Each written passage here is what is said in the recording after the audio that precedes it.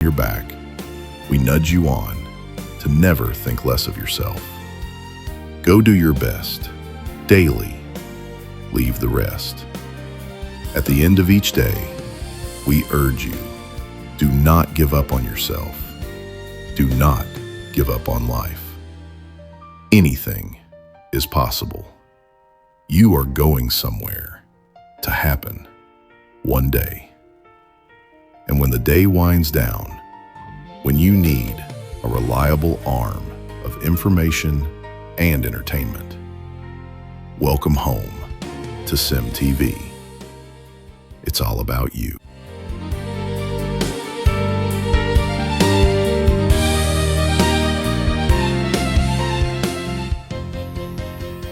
It's a beautiful day here in the city of Port Harcourt, and it happened to be the first day in the month of July 2026.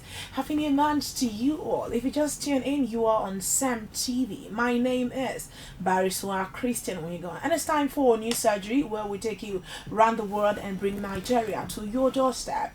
I have a whole lot of stories to talk about what happening in Nigeria, South Africa, and other countries. But I'm not doing this alone. I have my handsome guest by my left. Okay, but before I bring him in, let me introduce my colleague, the ever creamy de la cream, Mr. Francis. Good morning to you, Francis. Good morning, Versa, Christine. It's a brand new month. Yes. Happy new month. And of course, happy new month to you.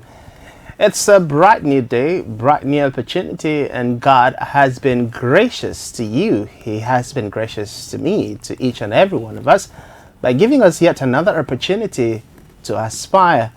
And of course, before you get to aspire, you have to be inspired. And when you get inspired and you aspire and you put in the work, you definitely will achieve great things. So welcome to the month of great possibilities and limitless fruitfulness. It's a brand new day, and of course, as it is the tradition on SEP TV, New Surgery, as Barrister Christian has stated, we're going to take you around to different frontiers of conversation. Particularly, I am sad as a Nigerian this morning, and the reason for my being sad is because Nigeria as a country has failed all of our brothers and sisters who are currently trapped in South Africa.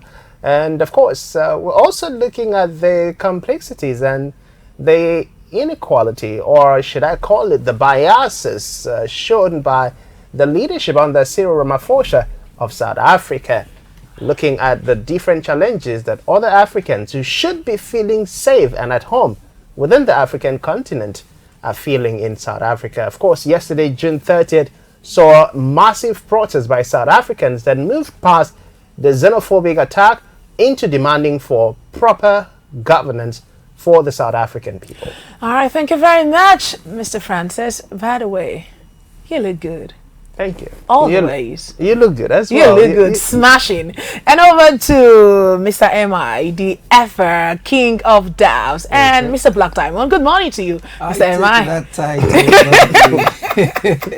but I'm going to share. I'm not like the South Africans. No, you're not. Yes. Love, yes. He's also my co-assistant, Darby Square. That word. Okay. So my motivational statement for you today is: you can't control the storm in another person's house, but you can make yours so strong that you can beg for shelter. You can't control the storm, but you can make your soul strong. And joining us this morning, I have Dr. Kia Barry Ledum, Associate Prof in the field of international relation, yes, and Diplomat of History and International Diplomacy and River State University of Port Harcourt. Good morning to you, sir. Yeah, good morning, madam. Good morning, You're welcome to the show. It's a pleasure being here. We'll continue to do our best. I hear you. To see if we will have a better society. If we will have a better society and a saner society. Now that. Okay, we'll pray God. And today, focus will be looking at South Africa's xenophobia, Nigeria's international relation posture, a show of weakness or strength in our best interest, and other topics. But I'll ask you today, Doctor, what's your take on what's happening in South Africa and other foreign Africans? What exactly is happening in South Africa? today is not a new thing. Historians will tell you the origins of what they call the xenophobic attacks. But I'll tell you that it is no longer xenophobic attack. It is now an Afrobic attack.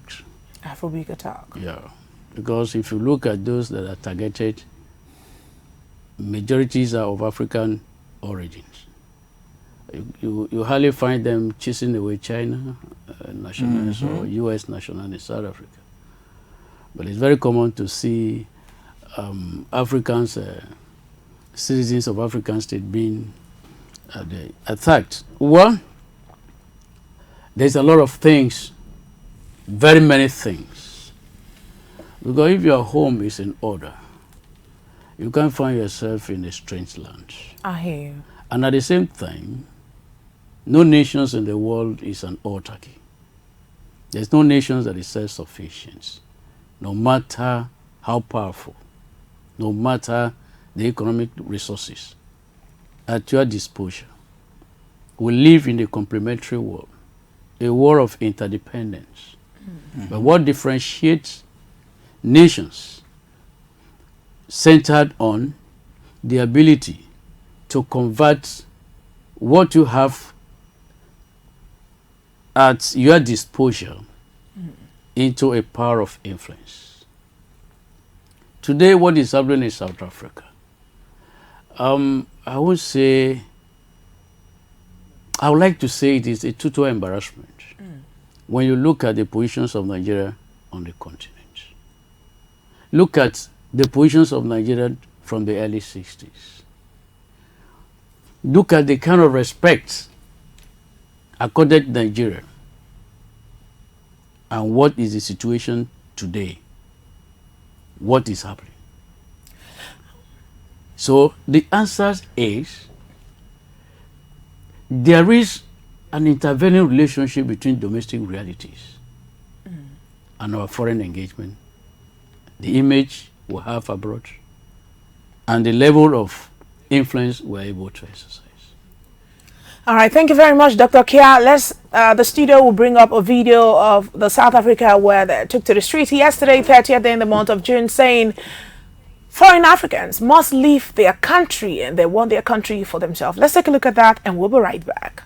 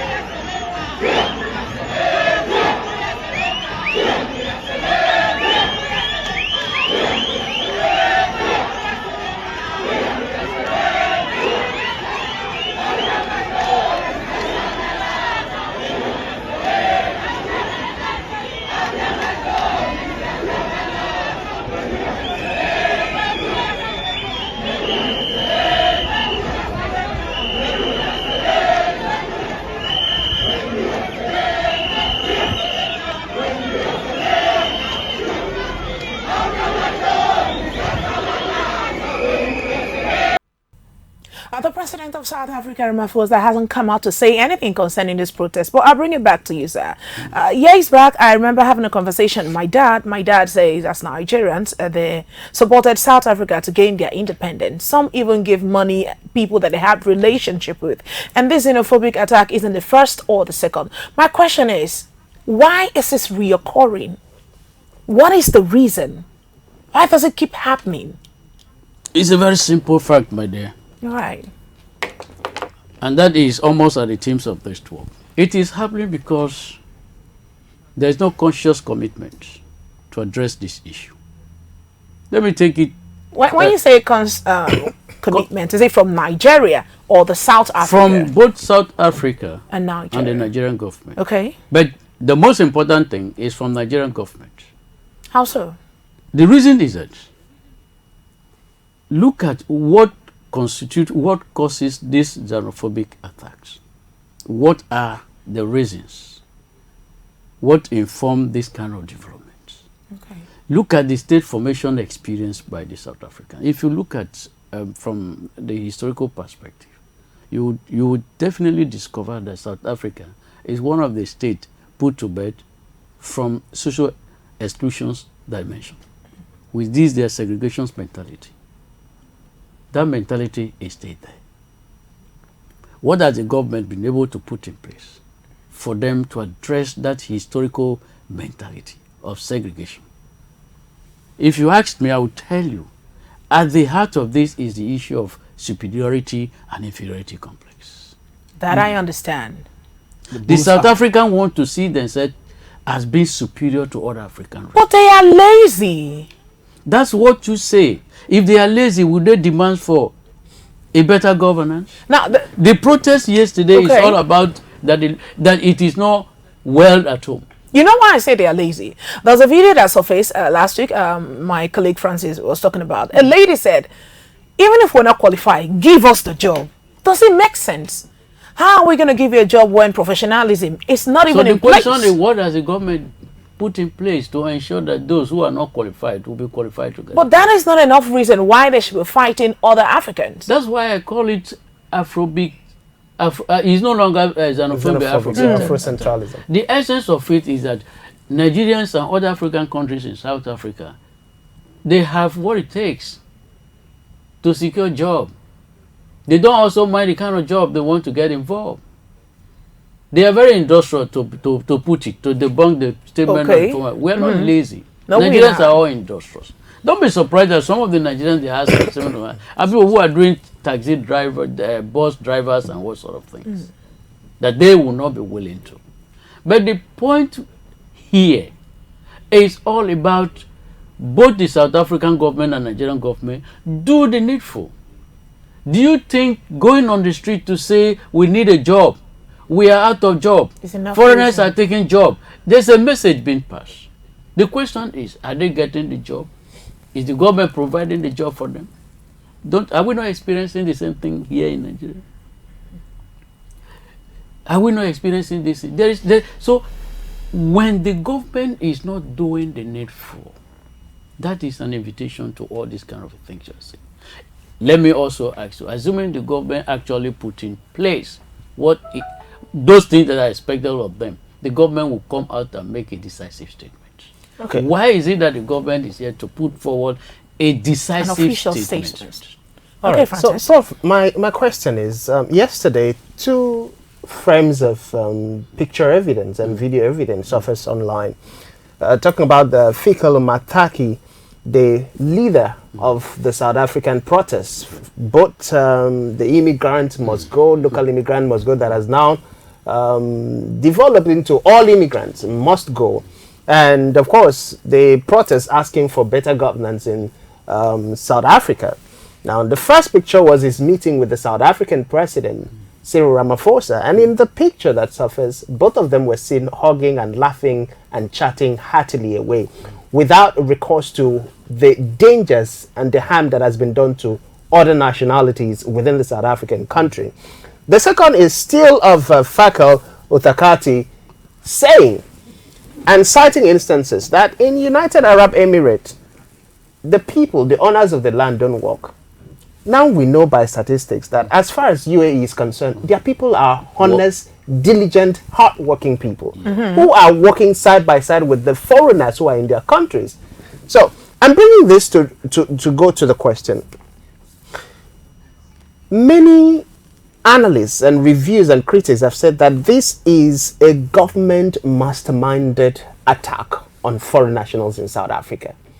If you listen to the speech made by Cyril Ramaphosa after like 2 or 3 weeks after the xenophobic attack started again, he did not, as a president, address the legal aspects of what criminalities or the criminal activities that was going on in South Africa. He did not mention that those who have been found wanting will be arrested and prosecuted. He did not mention that. He did not also highlight the fact that these criminal activities will be dealt with by the South African government. He went only to address the fact that South Africa has laws and procedures to deal with illegal immigrants. Now, the question we asked first was, if South Africa has laws to deal with illegal immigrants, Why did the president not speak to the injustice of innocent foreigners being maimed, their shops? People who are in South Africa legitimately, they have their valid documents, they are legitimately doing the businesses they're doing, even employing South Africans among their employees, are being harassed. Some are being stoned, their shops and businesses looted, some are even being killed. Why has the South African government not reacted to that injustice? The answer is very simple. It's because Nigerians treat these issues with levity. There's not been a serious commitment to put the South African leaders on a platform that the world will know that they have a stake in these issues. I know that xenophobic actions is not a state policy. To a point that you would say because it is a state policy, then the state must speak. Because in international law, True. Okay. non-state actors like that, though captured in international law, but the fact is that at the level we find what is happening now, is considered not to be a state policy. So you have to deal with this situation using diplomacy. And again, the president is conscious of his position, because survival of any regime depends on the legitimacy of that regime, whether it is through the right channels or the wrong channel. You must gain the acceptance of your people. But, Prof, So- sorry, don't you find it funny that the same person who is protesting against foreigners and who is also asking for a change in governance is seen laughing with the same person is trying to protest against? That's what I've just explained. That's explain the complexity. The complexities in this, that's exactly what we're trying to talk about right away. The South African leaders seem to be, what will I call it, behaving in between realist and liberalist approach. Okay. Trying to behave as if they have a liberal disposition towards this. Meanwhile, at the heart of what their actions, that interests, recalibrations of South African first. Without South African, all other persons can do. And that is what diplomacy is all about. That is what international relations is all about. There is no nation that will embark on Father Christmas foreign policy. You don't expect the South African leaders to start killing, to start arresting their citizens because they are demanding for the foreigners to go. There's that level of dexterity. The president is only using dexterity for approach, not behaving as if it's offending other African states, and at the same time not looking so harsh or offending the citizens. Is that I not hear you. supporting criminality? Well, you define it as criminality. Because, I mean, let's... No, wait. The concept criminality in this place, do they hide their faces? Do they wear masks? No, they're not. It's not hidden. Is it hidden? No, it doesn't have to be hidden. I mean, not all criminals wear masks. Yes, to go I rob. agreed. But in this case, okay, cool. Now it has dovetailed side by side with the issue of with demand for good governance. How can you reconcile this? It's no longer why they say foreigners should go. It is not. They've added another issue of good governance. No, in the midst of that, looting, So now, killing, and maiming is still happening. let me also inform you. In every environment, policies are put in place, development put in place based on the policies on ground. Assuming the borehole is fixed here for only 5 persons, and eventually you have more than 20 persons, the pressure on that borehole, what do you think will happen? No, just let's see. A common sense will tell you that if it was meant for 5 persons and eventually you have 20 persons, there'll be a problem. True. There'll be a problem. So that's why I put it very clearly that both countries, the South African and Nigerian, are actually not doing what they are supposed to do. Speaking of Dr. Because Baridin, okay. if the people are clamoring for jobs, mind you, that is only one items on all what they are On talking what they are about. demanding. Okay. There are some other aspect that you don't even think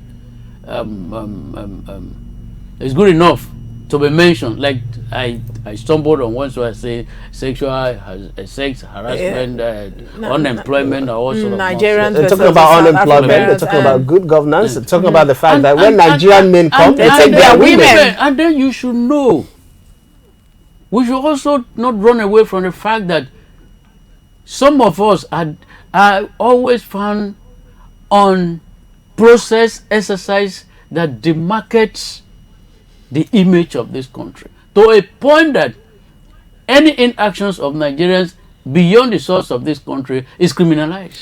Dr. Bariledum, Yes. no country is innocent. Yeah. South Africans are not innocent when it comes to illegality. Neither are some Nigerians. Okay, but you don't throw away the child with bathing water. That's what I was told. Now, for all of this that has been happening, there ought to be measures in which our president or our government of the day ought to put in place to rescue Nigerians. Now, I take it back to your students and teachers that were abducted. They're still in captivity till today.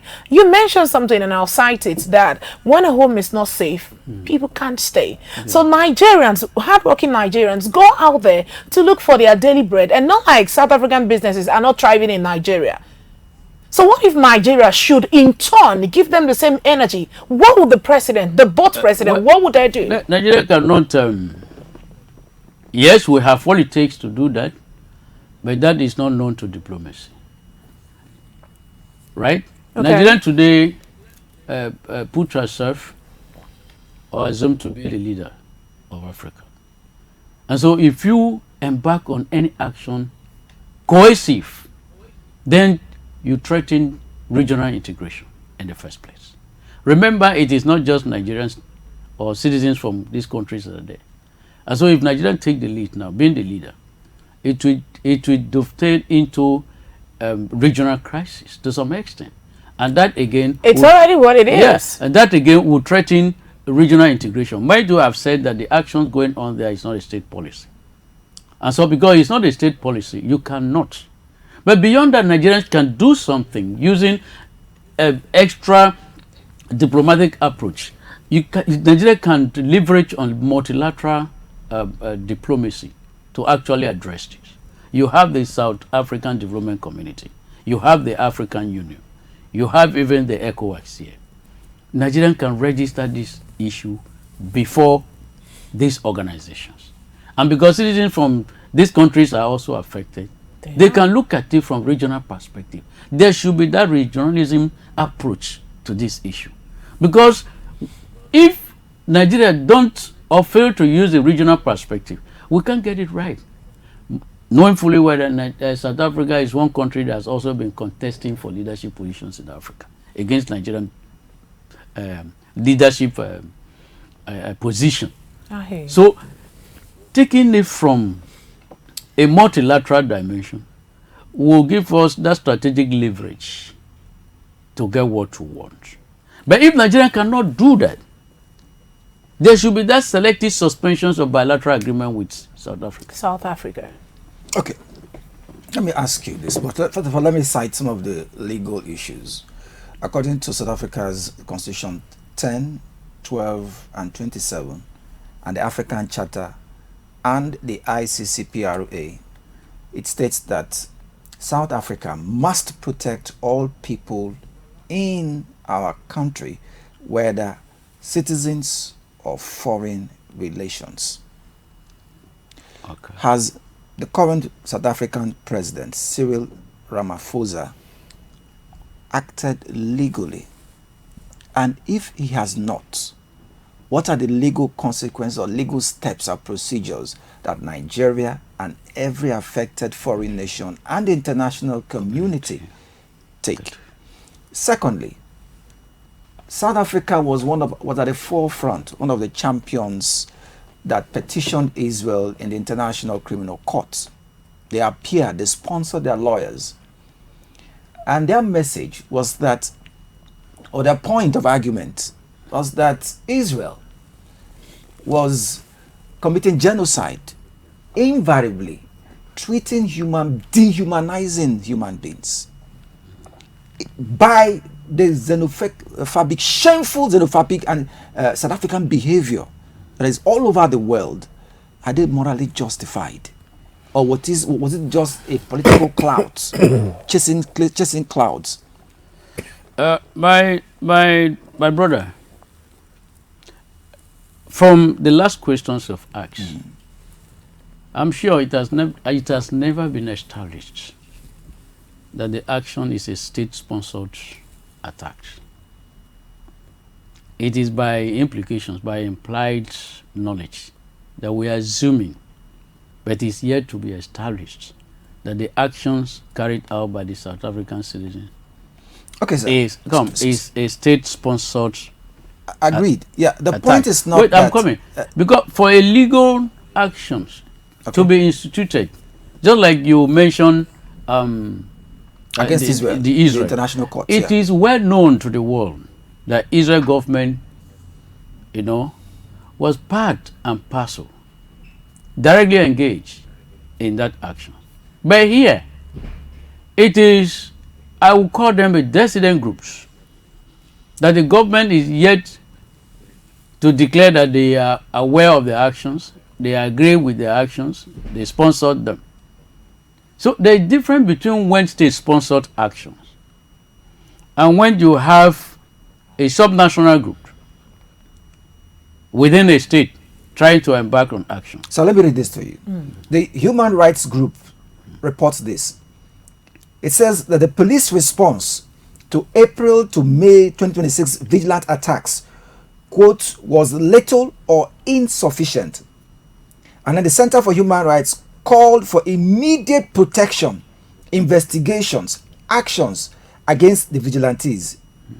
Falana, our Nigerian lawyer, also petitioned African Commission, calling it a systematic failure to protect foreign nationals. That's it. I'm coming, sir. By the constitutional references I cited and the African Charter reference, it says that South Africa must protect all people in our country. Over 1,000 people have been killed in South Africa. Yeah. There are visuals where the South African police failed. They were on the shot. They were seen either running away or not able to even protect the foreigners. Is it true that South African government has released all its security architecture to aggressively, the way they were doing when they were fighting the apartheid white men? Because during the apartheid white men, you could see them in their numbers. You will see the apartheid police officers on the road, maltreating them. But in this case, did you see the South African police on the road massively protecting? You use the word South African police, but I want to tell you that action wasn't the South African themselves. It was a commitment of some other African countries for them. Which are you referring to? As the former. The front you are referring to, the apartheid area. Yes. It wasn't the South Africans alone. It was a continental solidarity. There was a continental commitment. I mean, the security operators. Wait, I'm coming. Were the government you want to make a comparison? Yes, men. You may want to make a comparison. Yes. Of the level of mobilization against the perceived injustice from an enforcement of legality. Yes, and I said it wasn't the South Africans alone. It was a commitment. It was a continental commitment. No, I'm aware that the opposition was a continental, was universal. Yes, I'm but coming. You cannot see the magnitude of effort from the South African government because, one, they are not dealing, the people, the actors involved are not from outside. They are their citizens. Okay. Right? The South Africans are there, they are citizens of South Africa. And so you cannot see that maximum, that commitment, that security deployment capable enough, as you rightly observed during the apartheid era. But one thing I want to say very clearly, that also exposed the complexities of the South African government. But it is not enough to say that this sponsored, their ineptitude or levity about this can simply be labeled on a state failure, just like Falana just mentioned. Of course, that the state failed to do this does not warrant the statement or the fact that they sponsored that action. It's a matter of sponsorship. Are they not answerable? Because they failed. Now, what I'm saying is, They have failed. Well, Quite okay. yes, they have failed to marshal out adequate security But- operatives to protect these foreigners, as stated in the Constitution and the charter they signed. People have died. People have lost their property. As at today, many people have run away from South Africa, leaving their genuine assets there. How are they going to get reparation? that should How are they be, going to get that justice? should be the functions of the government of the country that have been affected. So I'll ask you the next question. Yes. So far, in the circumstance, in the reality, not the rhetorics and the optics, has Nigerian government shown strength or weakness? I would tell you yes, and I would say no. Okay. It's a blend of strength and weakness. Talk to us about it. The issue of strength to weakness, the strength aspect of it is the fact that at least Nigerians have been able to toes the lines of diplomacy, which other reasonable country will always want to. And one of the principles is reciprocity. And self-interest first. Yeah, when you talked about reciprocity, yes. Reciprocity is more or less a social exchange. Right? In equal proportion. Do to me, I'll do to you what you do to me. Yes. So they have killed Nigerians. So Nigerians should go and kill South Africa? No. No. Nigerians should demand for justice for every blood. That's what I'm saying. Every Nigerian they kill, they should pay adequately. Let me land. You said strength and weakness. And I said it's a combination of those. Okay. Yes. I'm trying to look at the area Nigerians have been able to, show that strength. First, they have demonstrated to a reasonable extent diplomatic maturity. Okay. At the detriment of wait, I'm coming. They have been able to demonstrate diplomatic maturity. How so? Because in international law, issues that borders on interstate relations is the subject matters of international law. Yeah. That empowered nations to use dialogue, to toes the lines of dialogue. I know that this diplomatic approach is more symbolic than practical steps, because press statements, evacuations of Nigerian citizens, and possibly summoning the High Commissioner for certain consultation. That is because Nigeria respects the international norms. But on the other hand, the weakness aspect of it seems to be overwhelming. Reason being that this is not the first time we're having this xenophobic attack. If you trace the history, we have this kind of experience for many years now. And then when you continue using dialogue, and dialogue is not giving the desired result, there is that tendency for you to complement that with some cohesive efforts, legal actions and sanctions. Okay. Right? So that's why I said so, because the essence of government is to protect citizens. You are reading the constitutions. There is no constitutions of any country that will say they don't to protect. Citizens. In fact, government exists for the protections of the citizens. That's the basic foundations of government. And of course, Nigeria, we say we are practicing, or we put in place what they call citizen diplomacy. Citizen diplomacy is all about you protecting your citizens wherever they find themselves in the world. But some countries do it in a way that is worthy of emulation. Out in Israel, America, recently, including China. Recently, yeah, even China. Recently, the Jewish against the sentiment against the Jews arose and increased because of their attacks and activities against Palestine, against Lebanon, and other the force they are using against these other countries. And immediately, even in Britain, some Jews were attacked. In some European countries, some Jews were attacked. Immediately, the president issued a strong statement. Immediately, they took measures. Immediately, the Israeli president you have almost answered what I said before. Sent security from Israel to go and protect the citizens. The level of strength that's what I'm talking about. You have on international issue. Yes. Is contingent on the power you have. In international relations, if you have what constitutes power, it's not power, it's just mere power potentials until you use it to get what you want. So does Nigeria not have enough power to handle South Africa? That's what I'm saying. Nigerians have refused to deploy, to harness all their power potential. Thank you, sir, for being sincere. Yes. Yes? The question is why? There are too many things, including leadership failure. All right, I'll come to you personally, Dr. Barry Lidim. You said Nigeria exhibits a high level of diplomacy and maturity not to wage war. If you were to be a president for 1 week, what would you do to change the narrative from what is happening now? 1 week. First, I would put the South African government and the citizens of South Africa to know that we are one. We are all Africans. And let me tell you, as I was discussing these things with a friend some time ago, most of what is happening is because the government of South Africa has made their citizens to lose touch with their historical antecedents. First, I will allow them to study history. And the curriculum of that history should be able to allow the generations, younger generations now, to have that knowledge of the contributions and sacrifice made by other Africans, including Nigeria, for them to appreciate for the their fact. Independence. Yes, for them to appreciate. They can't be clapping now, begging government if they were not independent. You cease not to demand what they are demanding if they have not gotten a country of their own.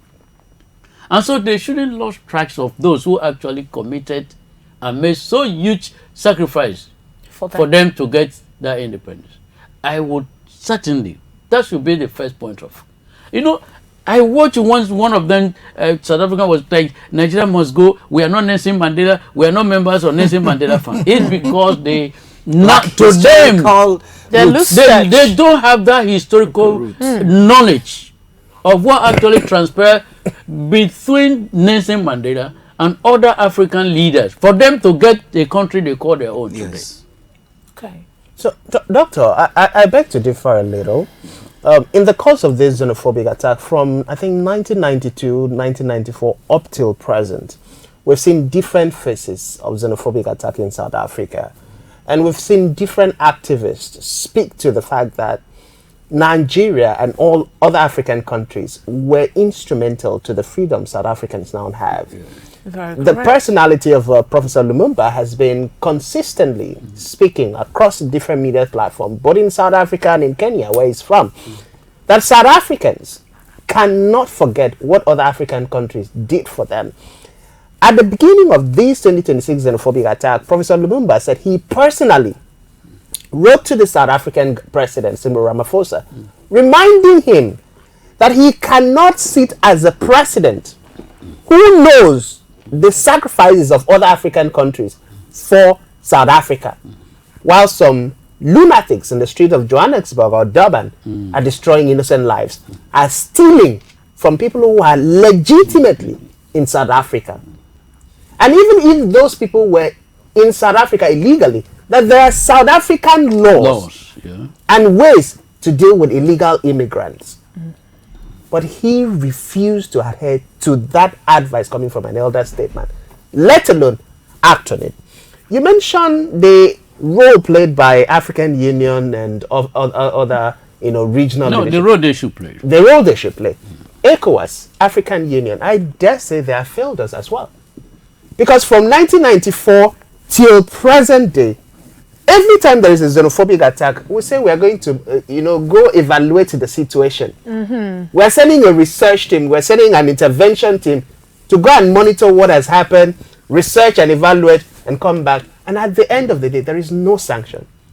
I stand corrected. Wait. Let me say something there. There's a difference between when, as a body, decide to, try to get involved, and when the affected country actually registered that case against that country before the organization. Okay. Has Nigeria been able to take this matter before African Union? Just like you say, even as it happens now, they will tell you, using diplomatic language, we are considering. Considering does not imply that they have actually engaged involved in it. Have they been actually tendered this matter before the regional body? So let's say if Nigerian hasn't tendered this to the African body, like you said, the union, they are seeing, right? They are saying, why can't they intervene? And to add to that, Why? remember when we had the military takeover across some African countries down AES? We saw President Bola Ahmed Tinubu Making bring a down decisive fire action. and brimstone. Because So why have we not seen that level of seriousness and commitment in this context? because of interests. There is no country that will have that. No matter how we see Political interest. no matter how we see ourselves as being one, we have divergent interests. Our national interest, we have a divergence of national. So the interest of President Bola Ahmed wait, Tinubu I'm coming. does not align with that of Nigerians. If I want to say some things about that, the swiftness of Mr. President on that was because he wanted to avoid contagious theory actions. I see. When you notice that things are happening, and because it's happening here, likely it might It might come to you. So You- he was you- protecting yes, his he interest. wanted to a swift preventive diplomacy, trying to avoid such not to. So that is quite different from when you look at it from the continent. Let me ask you the next question. But I'm coming. Okay. The failure, if we want to look at it from the the multilateral dimension, stems from the fact that Africa is yet to speak with one voice. That's the point where I'm getting to. So I One look at voice. them as a club of members with the same visions. Because for a regional body to address issues in member states, there's what we call the early warning system. They should be able to look out for these early warnings and then nip it at the bud. You don't wait until when it happens and then you give a cosmetics treatment, which of course is basically the issue of... So 30 years has not been enough for ECOWAS and African Union to know that South Africa needs to be taught a lesson as a region. that's what I'm saying. We are saying the same thing. Okay. They don't have that collective Voice. voice Okay. Let me to say this is this and let us look at it. You are not it is Nigerian that is actually making noise about that. But if you go down to very well, it's not only Nigerian citizens that are affected.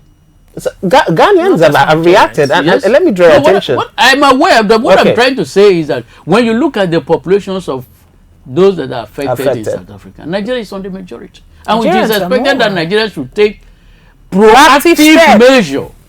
Okay, let me ask. You talked about one voice. It's also included what I want to ask you. He talked about 30 years. Look at the duration. Because we are the same human beings. There are no superhuman beings in Asia, in Europe, or Americas. Now, let me read this.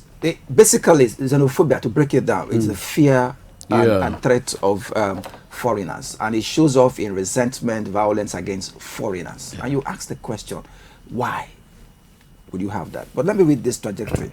Now, according to records, in 2008, the first major wave of xenophobic explosion, that is as it was termed, killed about 62 persons, and thousands were displaced.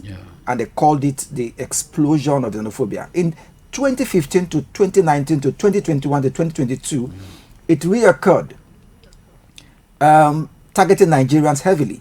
Now in 2024 26. to 2026, the new wave driven by vigilante groups, Operation Dudula and March.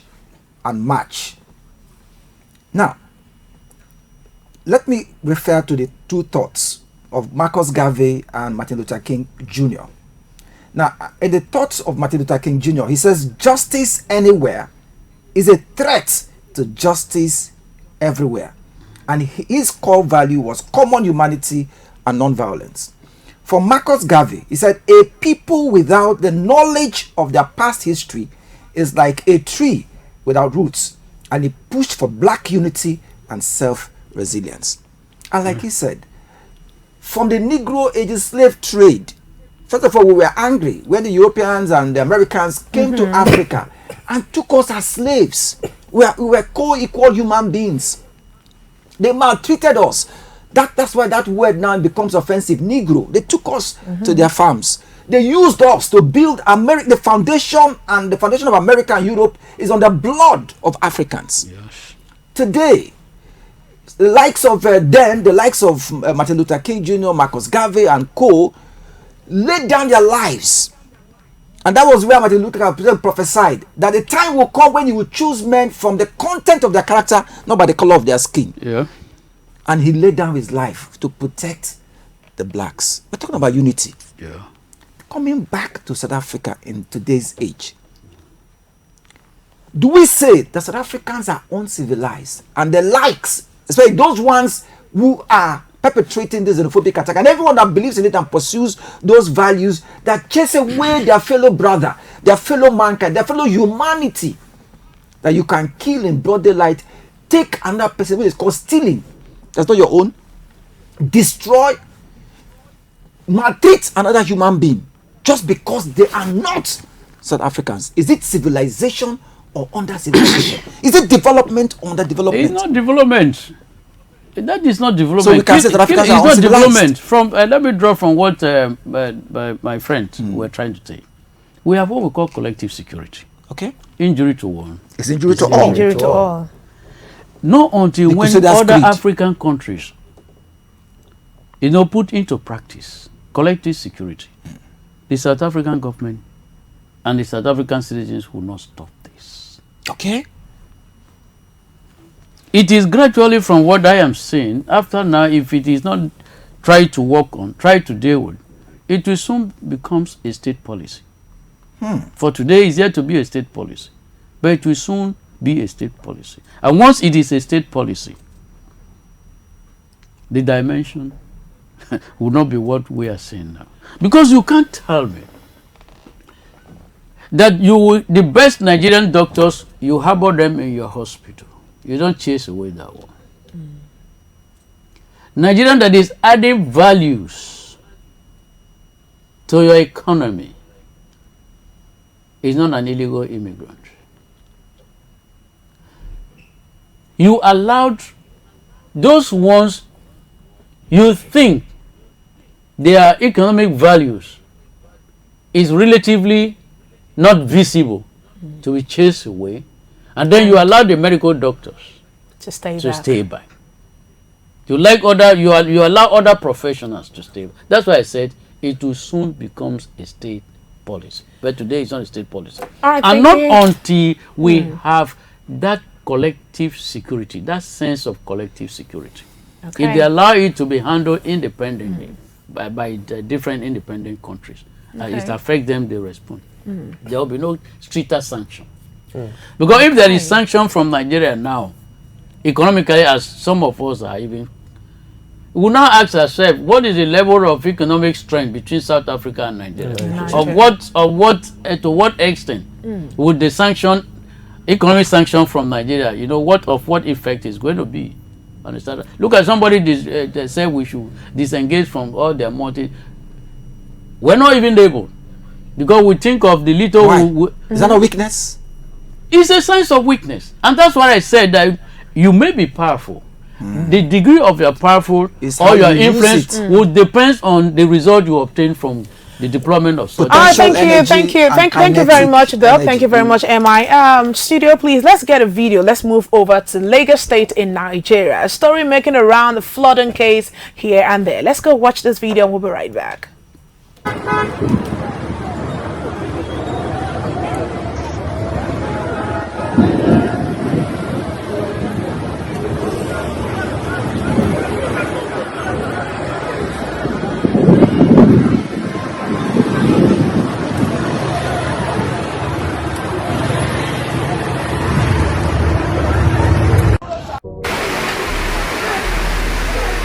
Lagos dey smell. See, na dirty with this.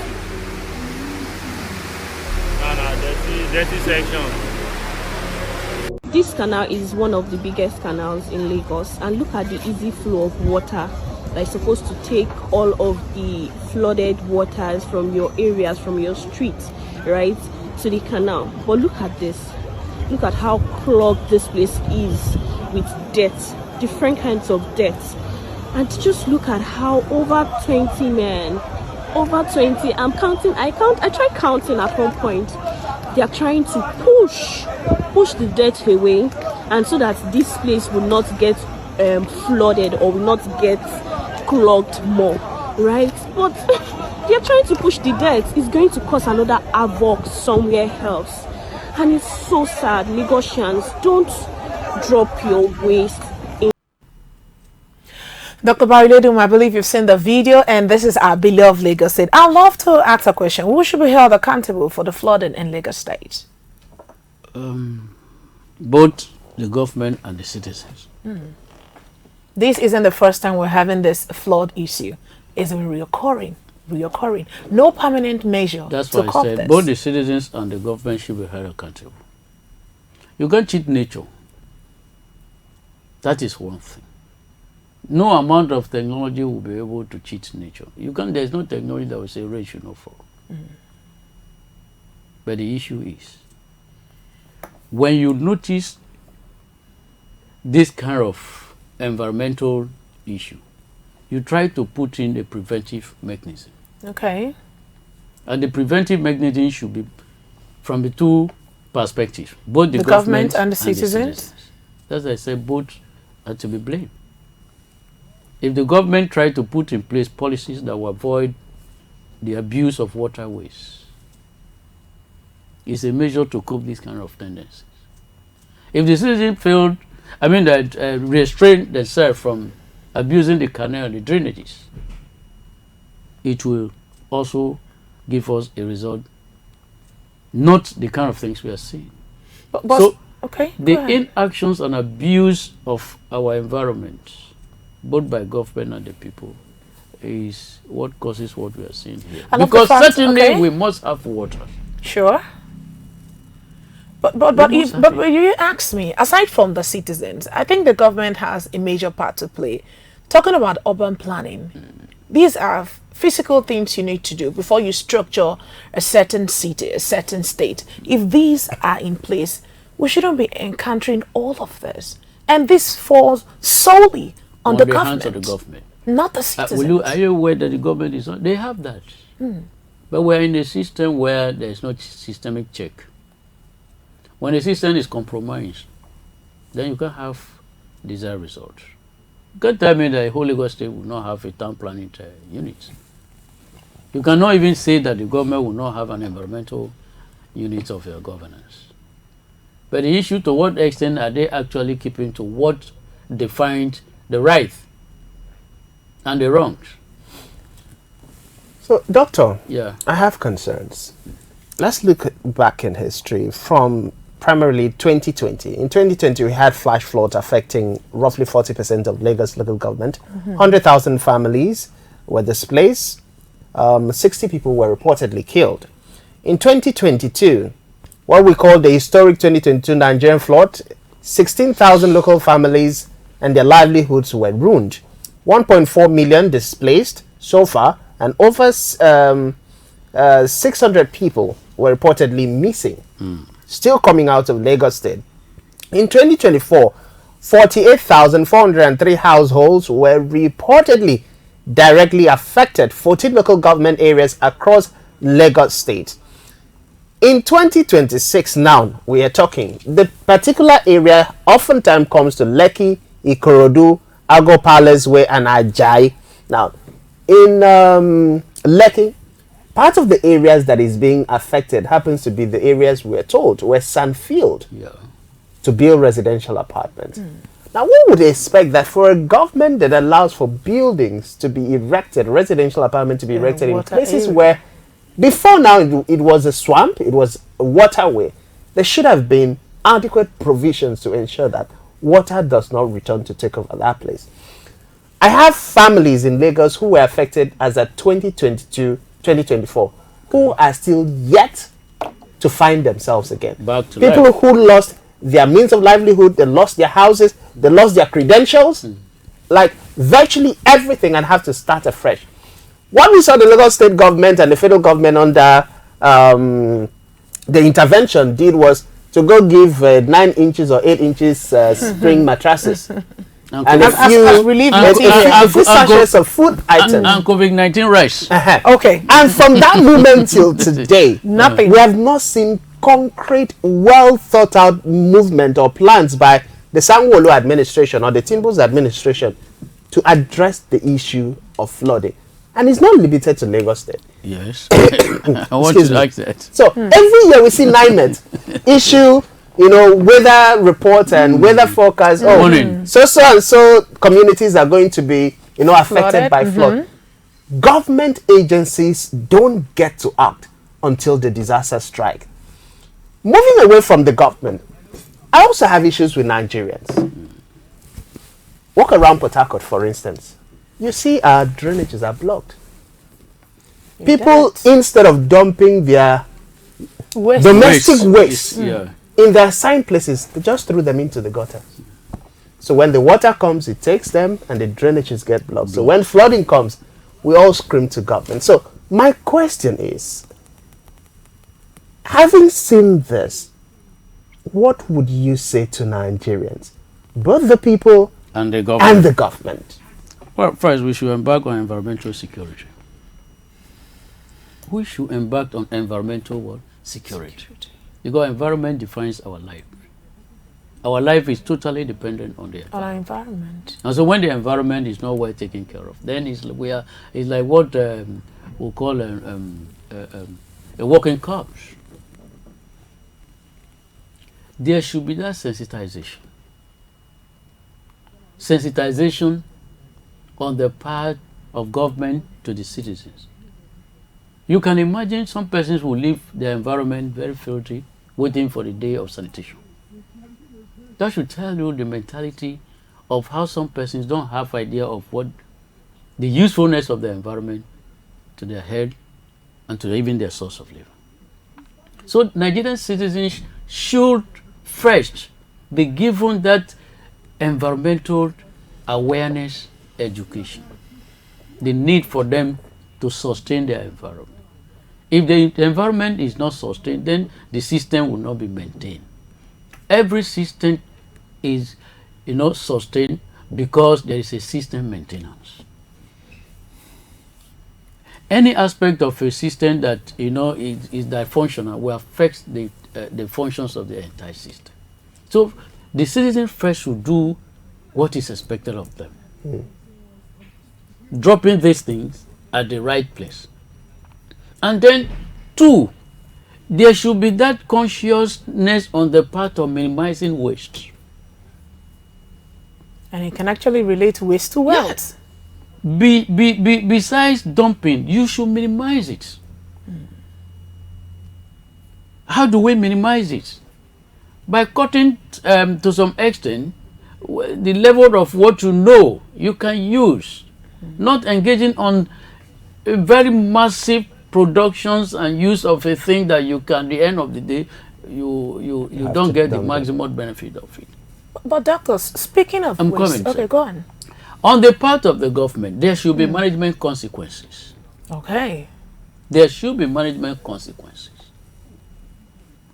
It's not that the government is not aware of what is happening.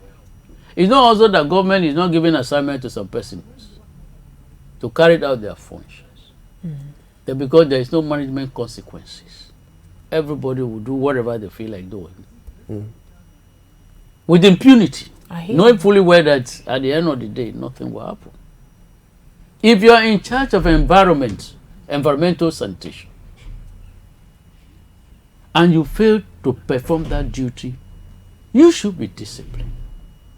That will serve as a deterrent to others. You understand? When you are in school, and when we are in school, and then you are severely beaten for coming late today. You come early. Tomorrow morning, you'll be the first person that will be in school. Very correct. So if people are not doing all manner of things and then go scot-free, then it's an invitation to others. It's just like when we talk about security and ransom. The more you give the ransom, the more you are recruiting others to be part of those who working on it. Okay. So government should, apart from putting out measures in terms of policies, there should be that management consequences. Okay, doctor, I said some, just hold that thought. I'll come back to you, please, Mr. M.I.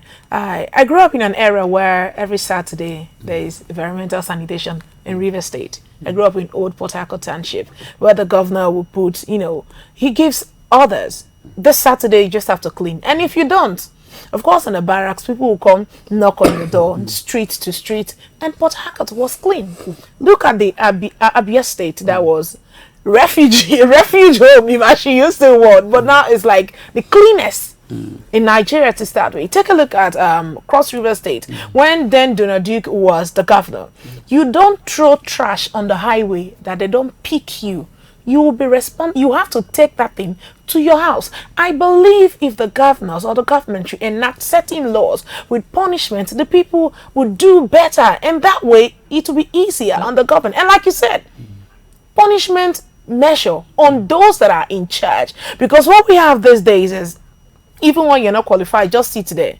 Whether you do what is necessary or not, just go ahead. So I feel this solely depends on the governors. Depends on the governor or Yes, the government. on the government. I beg your pardon. When Alone, more than you its use the citizens. word government, it's like you look at it as an object somewhere. It's the people that is also the government. True. It's the people that is also the government. That's why the issue of management consequences should be well pronounced. You made mention of Calabar.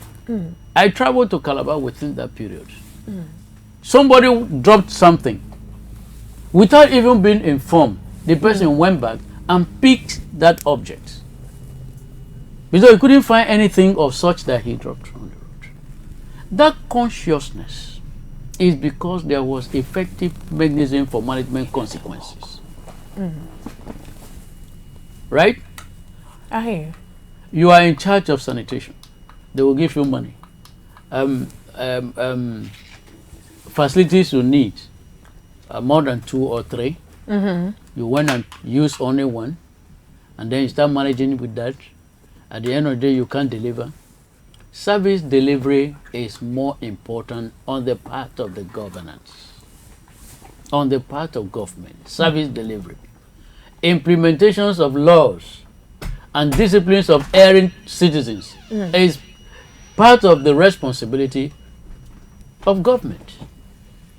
So when government, because in these parts of the world, we try to practice what I call, what do you call it, politics of prebendal politics of prebendalism. It is no longer issues the borders of meritocracy, right? True. It's politics of prebendalism is killing that aspect of service delivery, because you try to put in someone on the basis of party's affiliation, basis of tribal sentiment or the religious sentiment, not knowing, have an idea of the capacity of the person. Either it has what it takes to deliver. So that is why we don't have effective management consequences. Okay, let me take you to international relations again. For everything we do in life in terms of maybe service, comparative analysis is key. Yeah. So I'm going to refer to 3 countries that are water prone and waterlogged, and yet they are not perennial and annual victims. Once in a while, the exceptions, but for the exceptions. Netherlands, Belgium, Venice, the city on water. They are heavily surrounded by water, heavily water prone. But this is what they do. Before I ask you the question, the punchline says that these countries don't escape water, they manage it. And that in Lagos, what is missing is technology and planning, like another part of the country.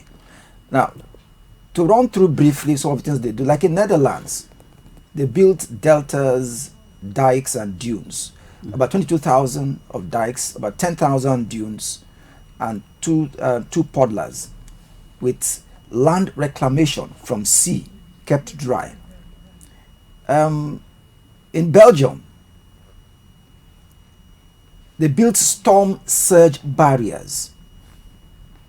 In Venice, they built what they call like the MOSE MOSE project, and it's a floodgate that lets out water from the lagoon. It opens and allows inflow and outflow, so that the pressure, because basically flood is when water submerges a dry land for a period of time.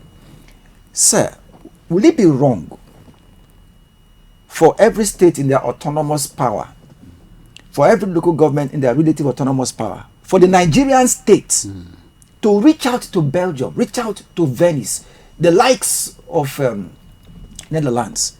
We have this perennial and annual problem. Please, we have international relations. The essence why I'm a governor, I'm a president, I'm a local government, is to serve the people. And my people are dying, suffering. They lose farm produce.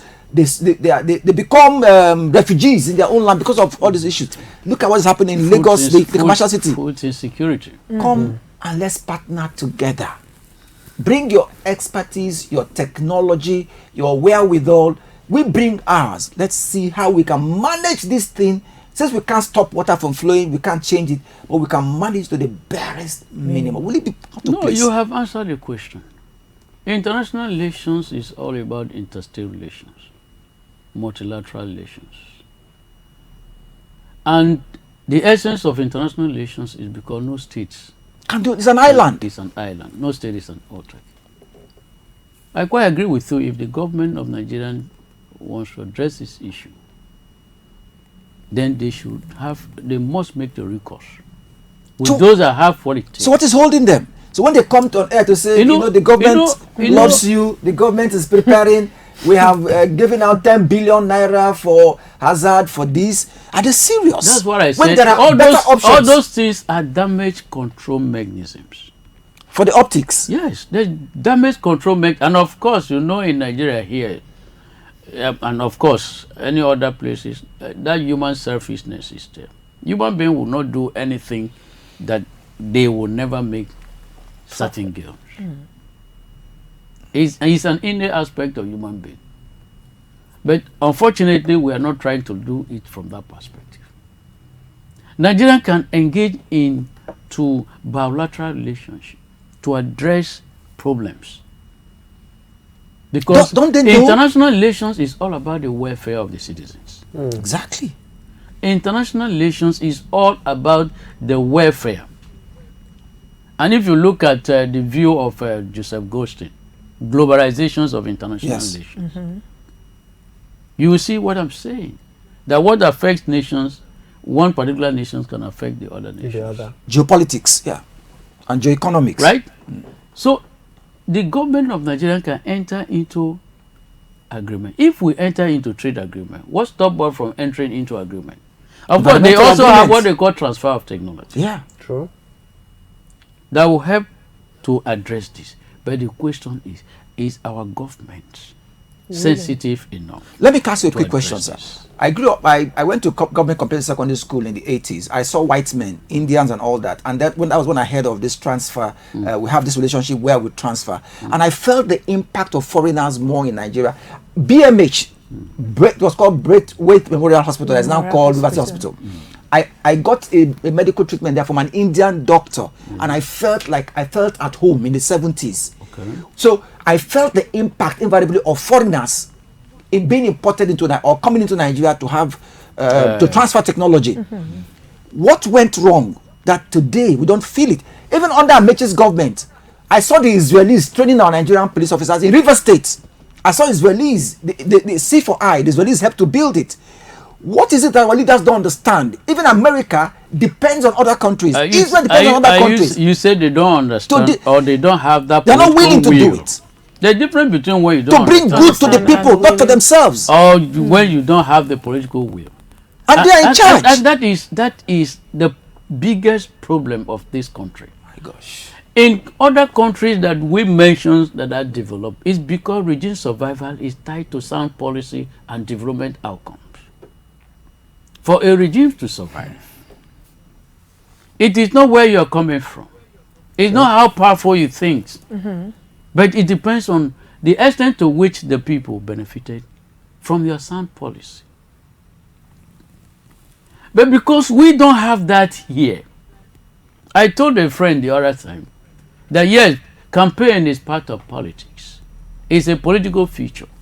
But anyone that performs don't even need to campaign because what you have put in place Will is show. enough to speak for you. But because we believe in what do I call it, strongman politics. Rather than strong systems. That's what we're talking Oh, about. Godfatherism. So it is not too far. It's not wrong if our government will partner with. Of course, we have strategic partnership in international relations, and strategic partnership is not tied to a particular country. It's so that if I have what it takes to better the lives of my citizens in country A today, I tilt towards that. If that interest is secured and I have another interest at stake and I discover that is there, that's the essence of international relations. Doing everything. But unfortunately, our government is fond of embarking on external costly political mission because they so believe in prestigious foreign policy. They believe in prestigious foreign policy. There is no alignment of our foreign policy with our domestic realities.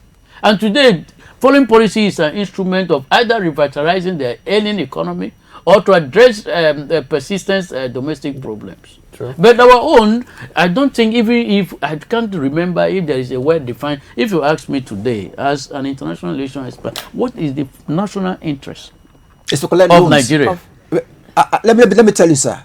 Because like the Bible says, where the man's heart is, or the money is, or treasure is the man's heart. Because it is obvious from what we have out there, Nigeria is good at going to borrow.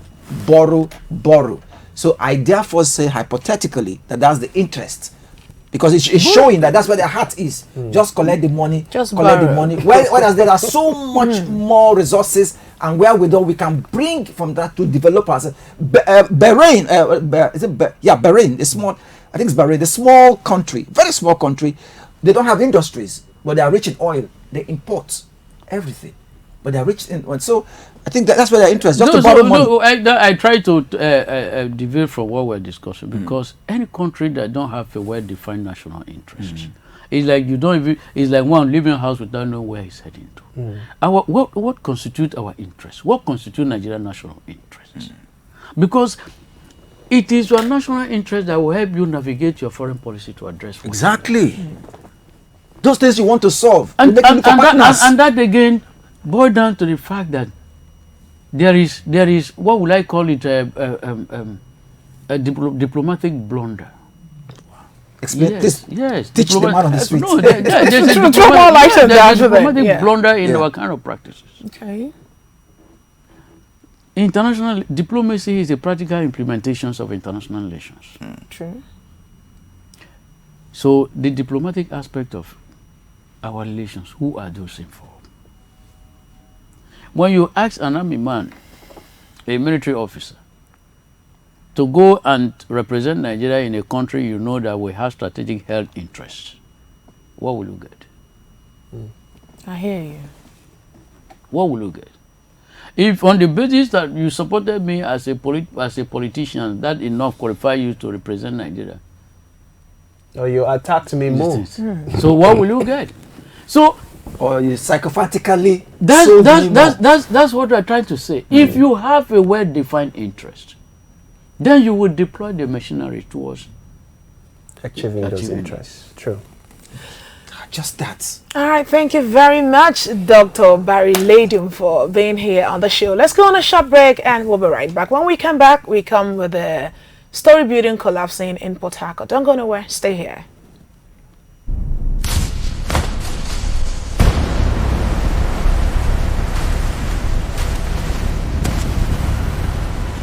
This is CEMTV. Reliable news and entertainment.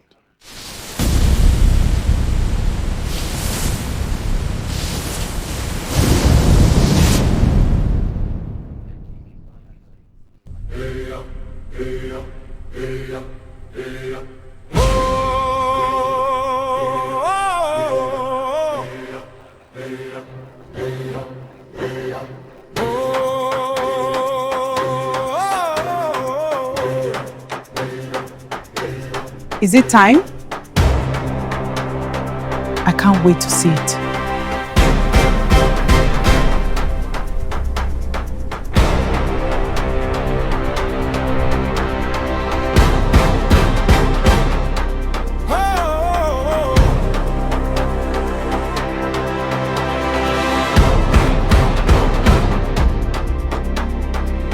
voice of the people, stories that matter. Oh wow! Aha! Truth in every moment, now and forever. Across every border, across every land, we form, we empower, together we stand.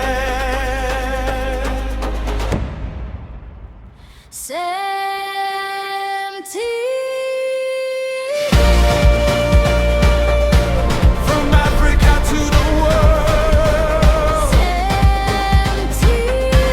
connecting every voice.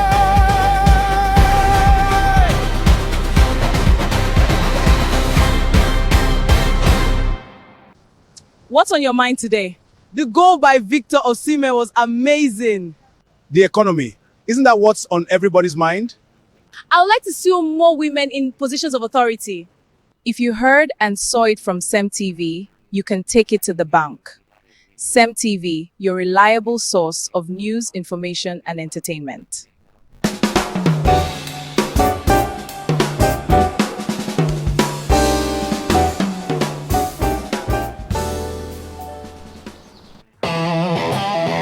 The birthing of something new, African, Nigerian. Our vision is to become a leading and trusted television network in Africa and beyond, delivering credible news, inspiring stories, and engaging entertainment that informs, empowers, and connects communities. CEMTV, from Africa to the world.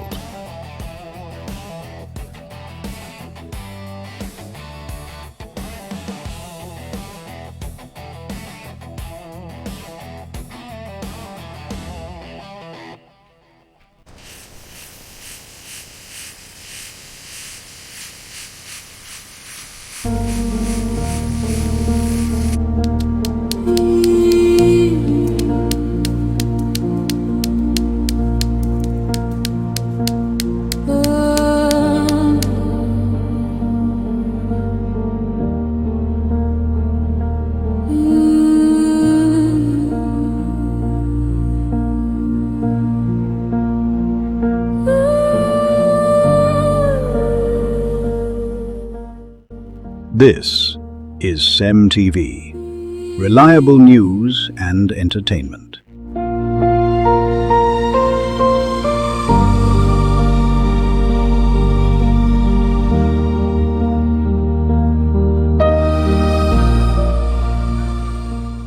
Worried about the state of your world? Need better and broader ideas? Stay tuned to CEMTV 24/7, always thinking possibilities. CEMTV, reliable news and entertainment. CEMTV wakes you up, goes through with you, welcomes you back home. It's all about you, for you. We break your day to the rising of the sun. We start you off on the positives with self-energized refilling. Hand in hand, toe to toe, in a soothing by and by. We go through your day, keeping you updated with developments around your world and your endeavors. You're better off with CEMTV. As your cheerleader, in your little winning steps, we've got your back when you're down. We lift your spirits and your sights beyond your limitations towards horizons of possibilities each day portends. With a pat on your back, we nudge you on to never think less of yourself. Go do your best, daily, leave the rest. At the end of each day, we urge you, do not give up on yourself. Do not give up on life. Anything is possible.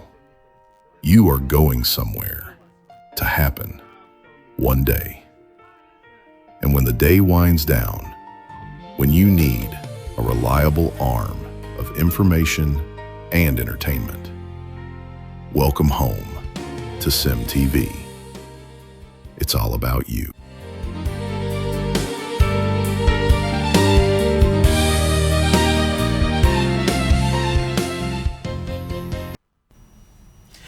And it's good to have you back. You're still on News Surgery, today being the first day in the month of July 2026. My name is Bariswa Christian Wiga.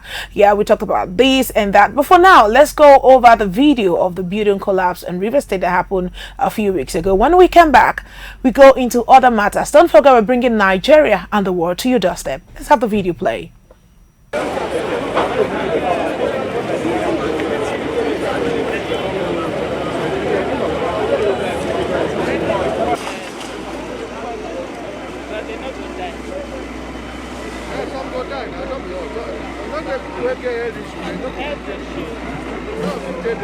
For me, it's just an accident. The first man job, the building collapsed. I was right in my office and I was called that people were trapped in a building like this. So I have the equipment and I have all it takes to rescue the people. So I came to rescue the people that are trapped in the debris. About 5 hours ago. So we've been here since morning. We're trying to rescue people. So far we brought out some bombs and some people that are alive. There are some people that because we hear their voices. So that's why with my safety engineers, I try to pick gradually and communicate to the people inside so I will not know them that way. We've rescued yes, alive. So they're in the hospital already.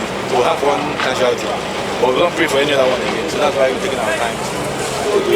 But I can't really tell. It might be structural engineer issue or lack of working materials. I can't really tell. But maybe the investigation will be done very soon.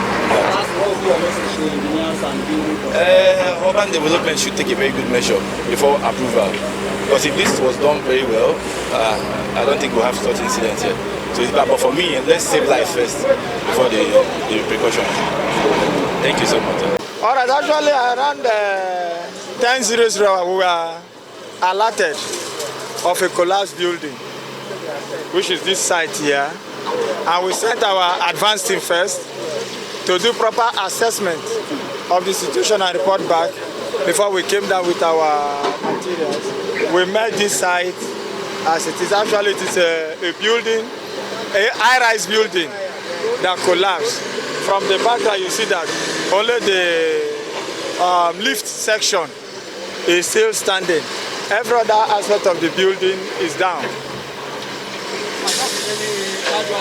Yes, there are casualties that have been rescued, about 3. 2 earlier this morning and some less than 30 minutes ago. One was rescued. And my question will be, we'll give them the permit to erect this building. Now, most of the landlords, landladies and agents, all they care is pay my house rent. A self-contained is going to be 1 million, 1.1 million when you don't even have the adequate facility in the building. That is not enough. We have town planners. We have unions. Is it that they don't take measures to check if this house is of standard before giving it out for people to rent? What would you say about this, Francis? Unfortunately, Nigeria is one of those countries that, everything goes and anything goes. The first concern is like the first responder who, by the way, shows to be a professional, and we must commend people like him for readily coming to swift intervention, address the concern and attend to the plight of the people. The first problem comes from the building owners. The second comes from the contractors, because from the scenario of the accident, you can clearly see this is an issue of using substandard materials and tools to build the house. How about town planners? Now, for that to happen, it's either the landlord has, the owner of the building did not do proper consultation and is also not working with an engineer who is sincere enough to buy the right materials for the right building process. I was in a minibus just a few days ago when 2 young men were having a conversation, and the other young man said, I turned down a particular job offer because after being called to, he deals in flush windows. Okay. He said after being called by the contractor, he was told that we know professionally you should use this length of glass for the flush window, but I want you to use something lesser so that we'll have, for every glass we're supposed to buy and produce, we should have at least 15,000 naira to ourselves. And the young man said, no, that he was not going to do that job because his integrity as an artisan matters to him. But some other person went and collected that job and did the job. And guess what? Excuse me. If something happens tomorrow, who do we blame? Both the landlord and the contractors. Because as a landlord, you're supposed to have a second opinion.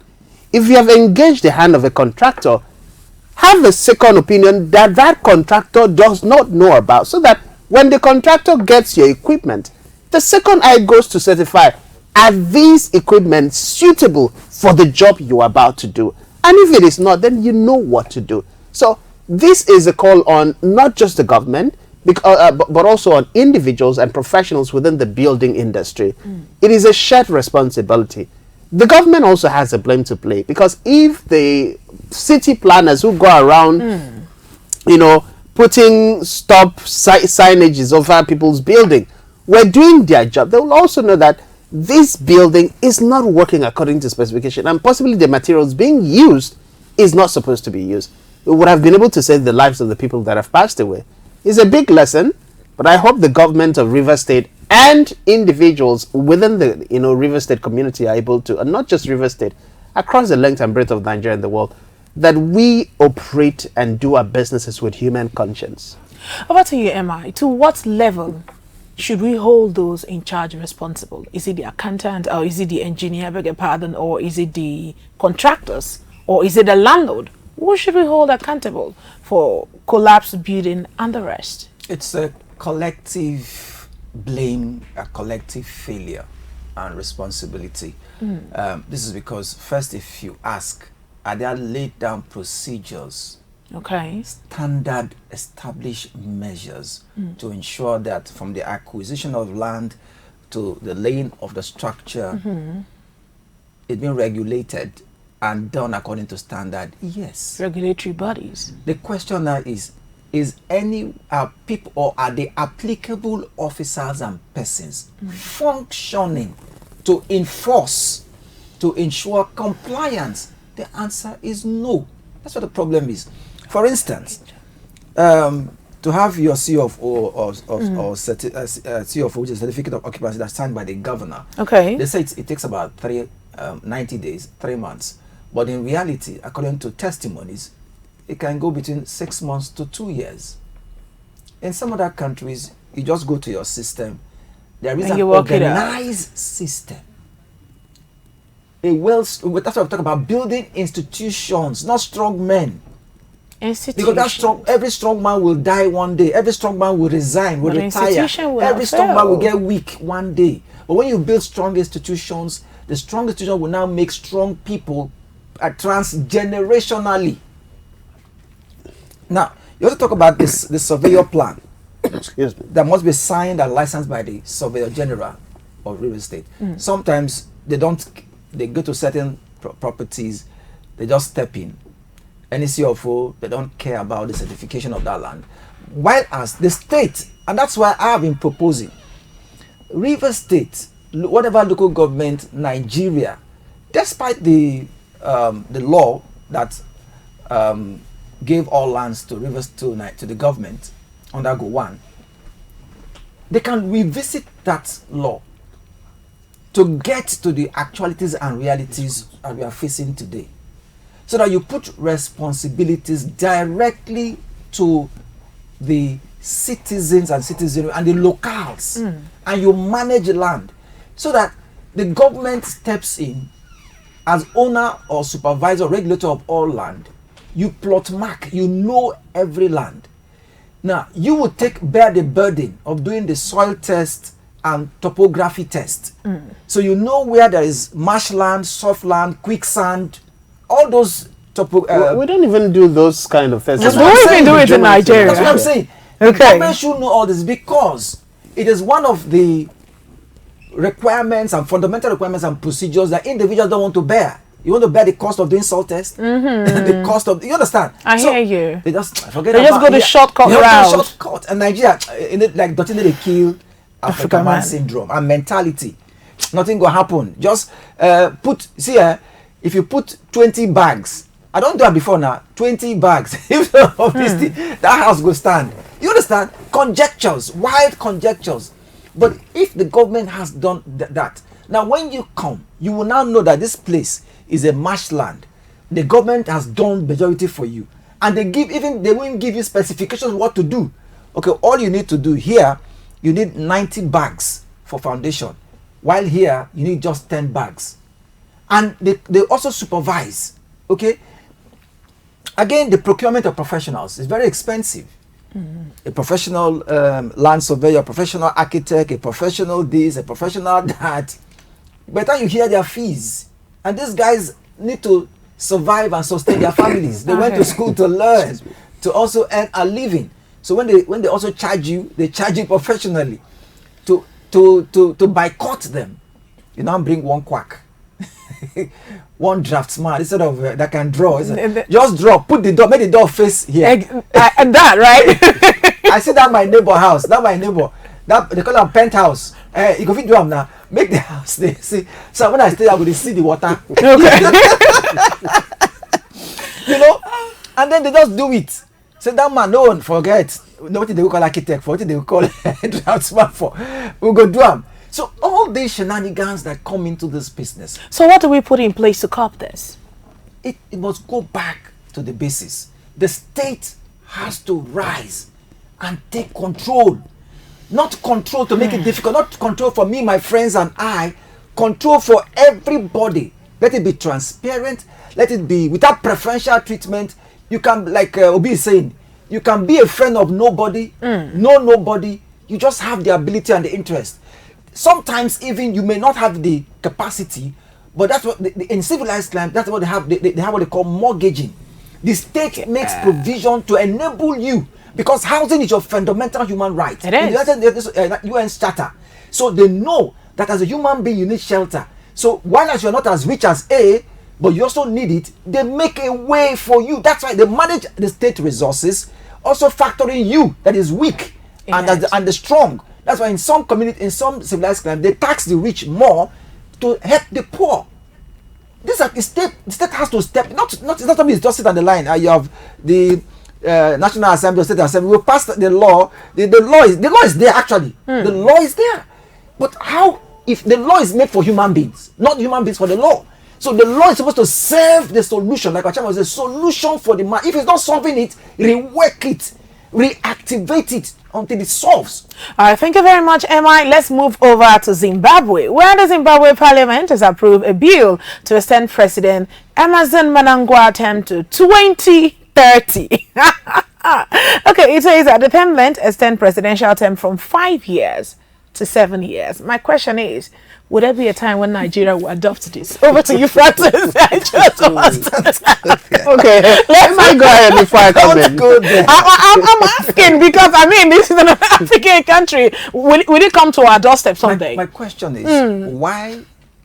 I'm aware in politics that power is an intoxicant. Power is sweet, sweeter than honey. The only thing that's sweeter than honey is power. Why is it that African leaders are intoxicated by power? Power drunk. That should be the word. Without understanding the essence, in practical terms, the essence of power. Like Plato will say, that the essence of the summary essence of governance is for the good life of the people. When you are in power, power is supposed to be a kinetic power, not just like our last guest said, not a potential power where you have power. That's what we see in Nigeria. It's also what we see in Africa. You have power. You sit on the power. Use the power. I've got the power. all right. Let's head over to the studio. Let's have the Zimbabwe Parliament video, and after then, Francis will come in and share his thought. Parliament's duty is not to make the work of the executive easy. We are here to hold the executive accountable. We are not extension of government. We are representatives of the people. The Constitution is therefore not a document designed for the convenience of those who governed. It is a document designed to protect those who are governed. That is why constitutional amendments must always be approached with caution, humility, and unwavering commitment to the national interest.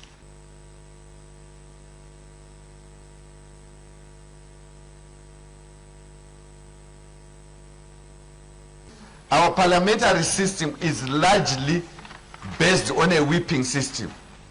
So the difference is the same, because this is the And this shows that they've moved his exit date from 2028 to 2030. And he's 83 years old now. Francis, what would you say to this? You know, President Emerson Mnangagwa came into power as a result of a military coup. And what's the background story? Some top brass between the Zimbabwe military hierarchy felt aggrieved by the previous administration and his decision to sideline them in certain state, decision-making process. And so there was a school, and then, of course, Emerson came on board.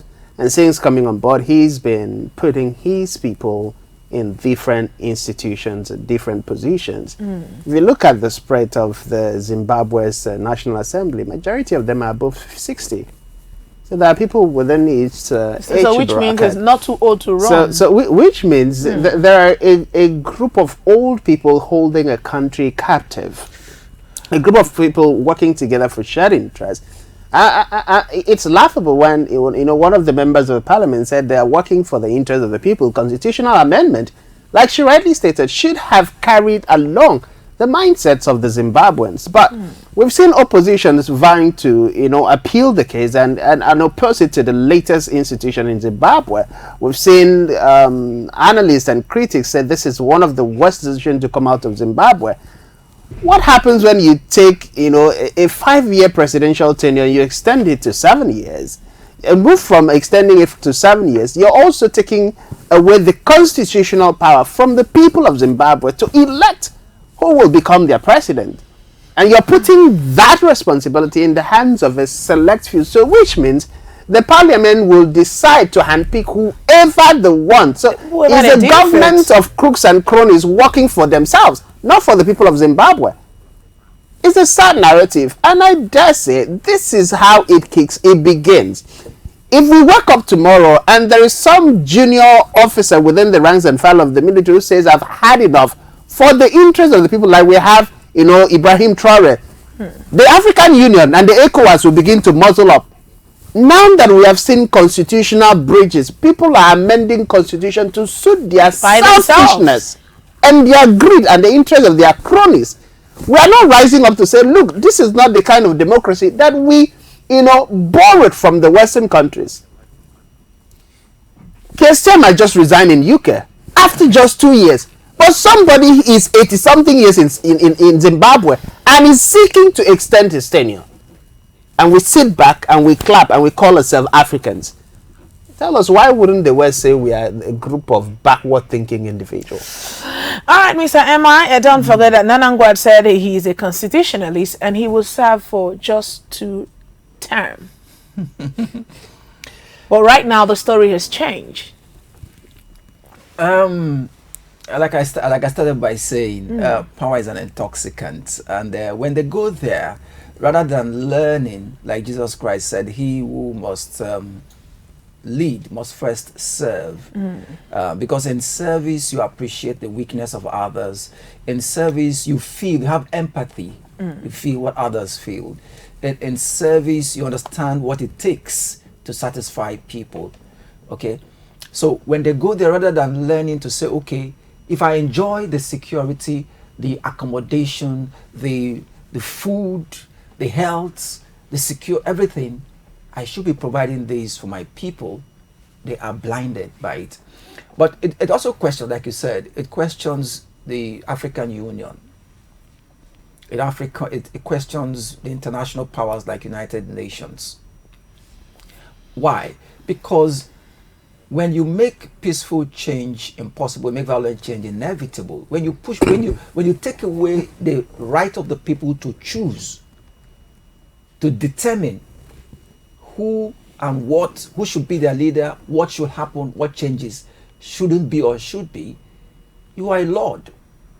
You're no longer an elected president. You are a lord. You are lording over the people. You are enslaving your people. And the world is watching. And slaves do revolt. I'm telling you, now in the war-torn African countries, the whole world is concerned. Okay? Like in the days of ECOMOG, I know what Nigeria spent billions of its money to bring peace within the region. United States of America and the international communities were looking up to big brother Nigeria. hey, take control of your area. Because when there is war, it spills over to other countries. True. Like the ammunition now that is coming to Africa in form of terrorism, they are blaming, oh, it was the war in Libya. It's the war in the Sahel region. It's the war. That's what happens. So our leaders should understand, part of the contributor to peace and development is to be elected, allow the people to choose who they want to rule them. Allow the people to choose what kind of leadership system or governance system they want. Allow the people to choose what laws. Allow the people choose. And that's why Abraham Lincoln said, government of the people, for the people, by the people, should never cease in humanity. I take that word, allow the people rule. All right, studio, let's move over to Kenya, where we'll see police brutality against people that are protesting peacefully. We'll be right back after this video.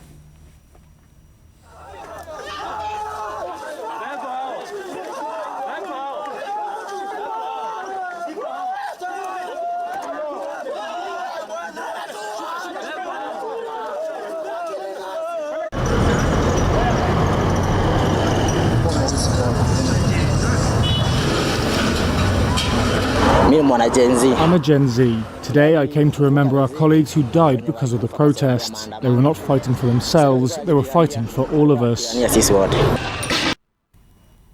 And like you see from the footage where police were busy abusing ordinary citizens that came out to protest peacefully during the Gen Z uprising anniversary. Francis, what would you say to that? Because this is not just Kenya. I mean, it's happening all over the world, not just Africa to start with. Okay, well, let me not start naming. What's your take on this? Well, the Kenya Gen Z 2024 uprising was akin to what happened in Nigeria in 2020. Hashtag end police brutality. And police brutality so we in saw Nigeria. police brutality, we saw issues of bad governance and bad leadership, and the youths of Kenya, stood together and demanded change from the government, and it happened. So 2 years after, the people want to remember the innocent lives that were wasted by the Kenyan government. As they should be. But unfortunately, we saw, police deployment trying to, again, muzzle the freedom of expression. I wish that within the African continent, we can actually do better. Let's deploy security forces to deal with insecurity and terrorists, and not on innocent, citizens of the different African countries, who, by the way, are constitutionally allowed to do what they were doing in the streets of Kenya. It's everywhere. We do hope our leaders can actually do right. Hopefully.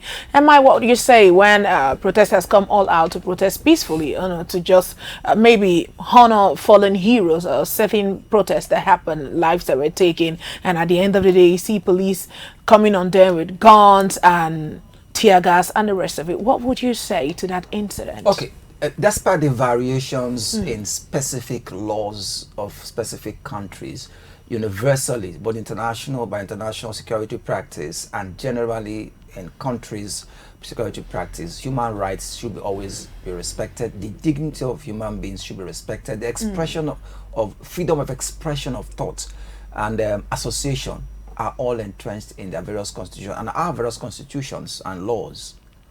But in the implementation and enforcement, the excessive natures of human beings come to play, both on the sides of the protesters and the security operatives. Okay. Because in that fray, that atmosphere of expression of energy, something could just go wrong. It takes a thin line for people to cross the line of being legal or legitimate to illegality. Maybe they may start throwing stones, they may start destroying, they may start attacking people and so on. So then the security has to step in. But again, in civilized crimes, what they do, if a government and a people and security architecture focus on professionalism, they will less infringe on the fundamental rights of a human being. That's where the problem.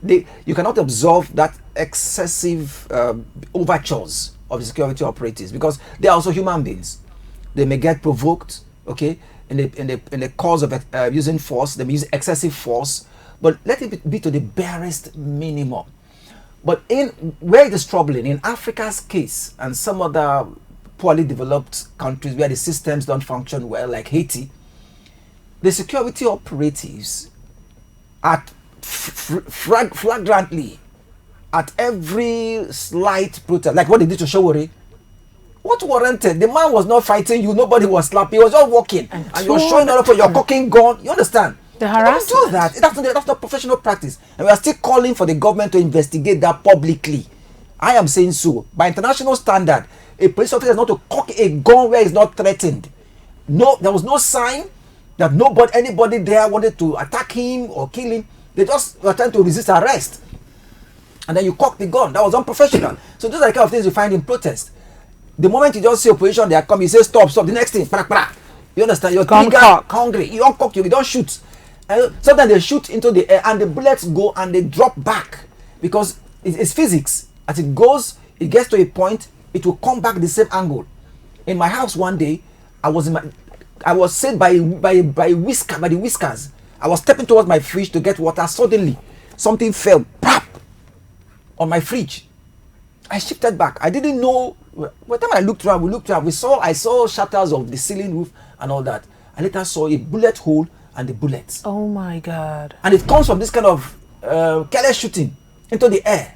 And they say they are shooting into the air. But it comes back. The bullet comes back. So it is for leaderships every time to keep training their personnel, their psychology, train them, keep training them. It is to keep holding them accountable and responsible. The government, those who are in leadership. Because when they know that the authorities will not compromise, will not take any excuse for killing people, like they did it in the arrest of O.J. Simpson, in some other protests, even the last one that happened that the recent one that happened under Donald Trump, the House of Assembly, under their specialist unit, they brought the officers, they reviewed the situation and investigated and queried their superiors, and they brought officers to book. It's on record. O.J. Simpson, that was where I even saw the first time. I didn't even know. They analyzed to the point where one of the security operatives was on the trigger. The records are there. O.J. Simpson's case. So if in Nigeria or in Africa, another part is when the security operatives go and perform, you come back and review their action and say this is what you did was wrong, and you make them face next time. They'll be more cautious. But when they do it and go scot-free, you cover them up, you make a blanket statement. You see, they're not our men. Maybe it's a mistaken identity. We're going to investigate. We're currently always investigating. Encouraging them to go on abusing their power and go acting excessively. We are not saying they should not act to protect the people. They should not come out or use some. And there are various degrees of force you use according to professionalism. Okay. Right, thank you very much. M.I. Francis, your parting word. Well, my parting shot, goes to the leadership of Rivers State, particularly the Ministry of Rural and Urban Development in Rivers State, or Urban Development in Rivers State. It is time for the leadership of the ministry to pay attention to what is happening in Rivers State, because majority of the lands here are being bought over and are being used for residential apartments or hotel and other building structures. So the ministry needs to pay attention to building specification and monitor it to the latest. Building owners, we need to do better. Some of us are very greedy and selfish. We do not care about the safety of the people who are going to rent the buildings we are making. So building owners, please, when you're building, have a conscience, have some human heart and sympathy, knowing that if this building collapses when people are in it, human lives are going to go. So ensure that you buy the right building materials. And if you happen to be a building contractor or an engineer, whether you're an architect or a site engineer, whatever, within the building value chain, ensure that you give value, you give quality for the money you're being paid for, because we can prevent the loss of lives by doing right at our different responsibilities and assigned positions. Thank you very much, Francis. Over to you, M.I. Your parting words. I'm going to also stand on his let me call it protocol. And I'm going to say this to our leaders. Let me take Rivers State, where I'm also from, and we're broadcasting from, to the world. When you travel out, some of our leaders who have made money and who are blessed by whatever dint of hard work, when you go to foreign countries and you buy land and you buy houses, what was the procedure? Did you like how you were treated? Did you meet Alanda area boys, bush boys, come and sort. Did you meet all those shenanigans? Did you meet them? If you didn't, have you asked yourself, what does it take to implement this same practice and system in my state and country? Because people make nations. There's all those excuses. No, this is Nigerian factor. No, Nigerians, it's a lie. People, the same Nigerians go overseas and they behave themselves. If you like it, please bring it over. And this also goes for those who are aspiring. 2027 is coming. I want to be local government chairman. I want to be councillor. I want to be governor. I want to be president. Do you have what it takes to effect the desired change, or you're going there just for yourselves? Do and you finally, have what it takes? In terms of land, please, I recommend states, and when I say state, whether it's federal, state, or local government, take charge of the land. Plot mark every land. Be in charge of allocation of every land. Whatever agreement or concession or benefit you have to give to the host community, you be the one to do it, so that this thing makes sense. We're not cursed or jinxed people. All right, thank you. Nigeria's future is not unstable, but it's in your hands. This is CEMTV, where we'll bring the world and Nigeria to your doorstep. My name is Bariswa Christian Winger. See you tomorrow on New Surgery. Stay here.